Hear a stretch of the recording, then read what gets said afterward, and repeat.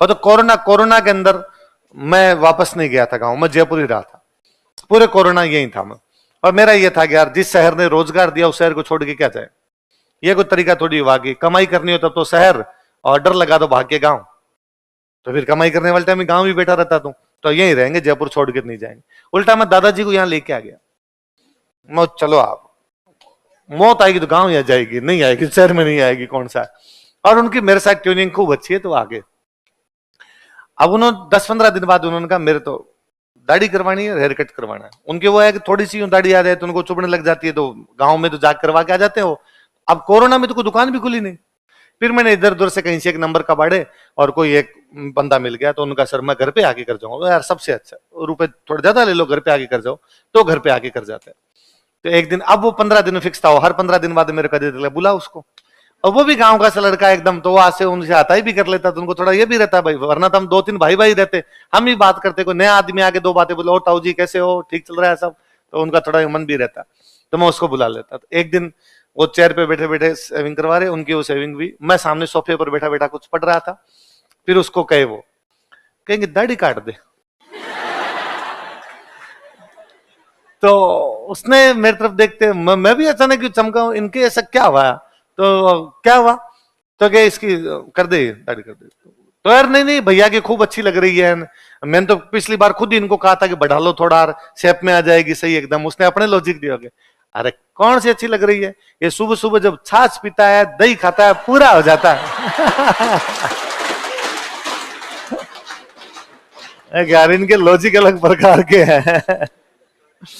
लिखो जनजाति, सकारात्मक लिख लो, मैं बता दूं। हाँ फिर ये उसको मैंने कहा थोड़ी थोड़ी कम कर दे, उसने थोड़ी थोड़ी कम, तो वो भी राजी हो जाए, वाह ठीक। फिर बीच में कोरोना में साफ भी करवा ली थी, तो उनको थोड़ा ठीक लगा कि हाँ ठीक करवा रहा, थोड़ी बहुत बात मान लेता है।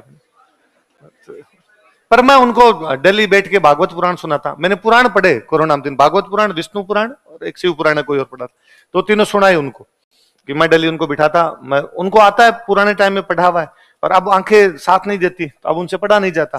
फिर मैं उनको पढ़ा पढ़ा के सुनाता, और उनको खूब सारी बातें पता होती, तो मैं पूछता भाई ये लाइन क्यों है, तो उसके अर्थ भी बता दिया करते, तो उनका वो थोड़ा ठीक रहता है। गांव होता तो मेरे को पुराण कौन सुनाता, तो यहाँ पे तो तुम थोड़े पुराण वगैरह सुना देता है। बाकी मुझे ये लगा था कि वो टीवी देख लेंगे, पर उनका कोई इंटरेस्ट नहीं, 1% इंटरेस्ट नहीं। उल्टा मैं टीवी लगा था, बंद कर यार, क्या लगा दिया। कारण उसका, क्योंकि एक तो मैं देखता कि रामायण महाभारत दिखा दूंगा सारी की सारी, वो सब हिंदी में आते हैं, उनके लैंग्वेज बैरियर, उन्हें लगता मैं यूं पढ़ा हुआ सुनाऊं, वो भी हिंदी में मैं सुना रहा हूं, पर वो उनको समझ में आता है, पर यूं बोले वेन वो डायलॉग सन उनके यूं पल्ले पड़ते नहीं सीधे सीधे, तो फिर उनके आंखें साथ नहीं देती इतना। तो फिर वो था कि हाँ तो पढ़ पढ़ के सुना दे। या फिर उनको किसी ने यूं बता दिया था कि काफी सालों से बताया हुआ है कि इतनी बार आप यदि माला फेरते हो तो स्वर्ग मिलता है ना।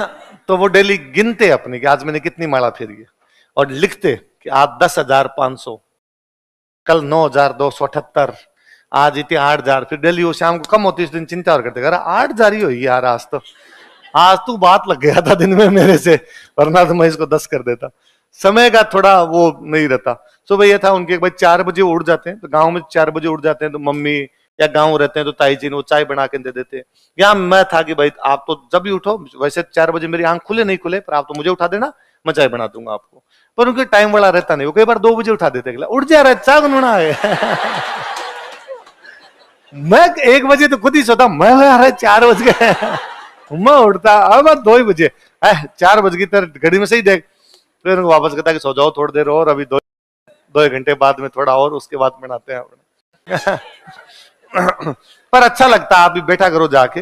और मेरे सबसे अच्छा वो है कि बस पुरानी पीढ़ी को पता नहीं कितना नॉलेज है जो उनके साथ चला जाएगा। एक दिन हम उस समय 3 भाई रहते, कजन आपस में ही, और वो उनको आए हुए, तो मेरे रूम के अंदर वो रहते, एक रूम में एक भाई, एक रूम में एक भाई। उनके एग्जाम वगैरह की तैयारी चल रही, तो वो पढ़ रहे थे। मैंने उनको भी गांव नहीं जान दिया, यार बैठे ना, क्या है अपने तीनों यहीं बैठे। तो मेरे वाले रूम में रहते थे। एक दिन मैंने यूं ही नॉर्मल उनसे पूछा कि आपका जन्म तो आजादी से पहले हो गया, तो उनका हाँ। तो भारत में प्रधानमंत्री कौन कौन बने, आप तो सब जानते हो, सारे प्रधानमंत्री। उनका हाँ। वो अक्सर ज्ञान है उनको, एक दिन भी स्कूल नहीं गए हुए, केवल यूं लिखना आता है, पढ़ना आता है उनको, वो घर में सीख जाया करते, कुछ चाचा ताऊ टाइप सिखा दिया करते होंगे। मैंने पूछा कौन कौन प्रधानमंत्री बने, तो उनका पहले प्रधानमंत्री नेहरू जी थे। हाँ, वो नेहरू जी की मृत्यु पर कौन बने, तो उनका एक आदमी बना था जो थोड़े टाइम के लिए बना था, फिर उसको हटा दिया था, गुलजारीलाल नंदा, कार्यवाहक। मैं कहता हूं स्टूडेंट के भी दिमाग में नहीं आया जल्दी से। फिर मैं उसके बाद कौन बना, तो उनका उसके बाद एक व्यक्ति बना जिसकी हाइट छोटी थी, उसने पाकिस्तान को हराया था और गेहूं लाया था। अब देखो शास्त्री नाम याद है, गेहूं लाया था, मतलब हरित क्रांति। ये अपना क्वेश्चन होता है, हरित क्रांति कौन से प्रधानमंत्री के काल में भी थी? पाकिस्तान हराया था 65, हाइट कम थी शास्त्री जी की। उसके बाद वो वापस बना था जो नेहरू जी के मरते बना था, गुलजारीलाल नंदा। इसका मतलब गुलजारीलाल नंदा 2 बार कार्यवाहक है। उसके बाद इंदिरा के बाद बॉम्बे का सेठ मोरारजी देसाई बॉम्बे का बिजनेसमैन था बहुत बड़ा, पहले बॉम्बे के मुख्यमंत्री हुआ करते और वित्त मंत्री रहे हुए थे वो, तो खजानो संभालतो, उनकी भाषा में पहला खजानो संभालतो फिर भी प्रधानमंत्री बना दिया, मतलब पहले वो वित्त मंत्री था, बाद में वो प्रधानमंत्री। मैं उसके बाद चौधरी चरण सिंह, तो उनके वैसे कि चौधरी चरण सिंह सीधे आदमी थे और इंदिरा गांधी ने उनको कहा कि मैं आपको प्रधानमंत्री बना दूंगी और आप एक बार देश का दौरा करके आ जाओ। वो दौरा करके आए तो इंदिरा गांधी ने कहा मैं नहीं बनाऊंगी। अब उनके बात तो ऐसे आज, जबकि है ये कि चौधरी चरण सिंह को कांग्रेस ने बाहर से समर्थन दिया और फिर समर्थन वापस ले लिया, तो वो एकमात्र अपने प्रधानमंत्री जो कभी संसद नहीं जा पाए प्रधानमंत्री के रूप में। फिर इंदिरा, फिर राजीव के बाद तो क्या यूपी को राजा, वीपी सिंह राजा था, तो यूपी को राजा। फिर चंद्रशेखर।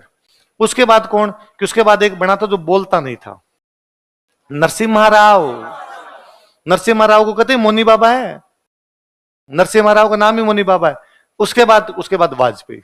उसके बाद एक व्यक्ति बना, इसका नाम बहुत लंबा था, मुझे नाम नहीं आता, हरदन हली डोडेगोड़ा देवगोड़ा, एचडी देवगोड़ा, लंबा नाम, तो उनको किसी ने बताया होगा, उनको याद नहीं होगा। उसके बाद एक व्यक्ति बना था जिसकी दाढ़ी ऐसे थी, फ्रेंच कट, इंद्र कुमार गुजराल। मैं उसके बाद वाजपेयी बना था, 13 महीने में भाई हटा दिया था उसको। उसके बाद वापस वाजपेयी बना था। उसके बाद फिर तो ये सरदार जी मनमोहन सिंह जी बन गए थे। फिर अब तो मोदी है ही। मैंने वो जो कजन तैयारी करता उसको बुलाया कि इधर भारत के प्रधानमंत्रियों के नाम बता। उसने कहा इजी भाई साहब अभी बता देता हूं, नेहरू जी, शास्त्री जी, मैं थप्पड़ मारूंगा मैं। ये तो इनकी एज निकल गई, तैयारी करवाते ना, इनका सिलेक्शन जल्दी होता।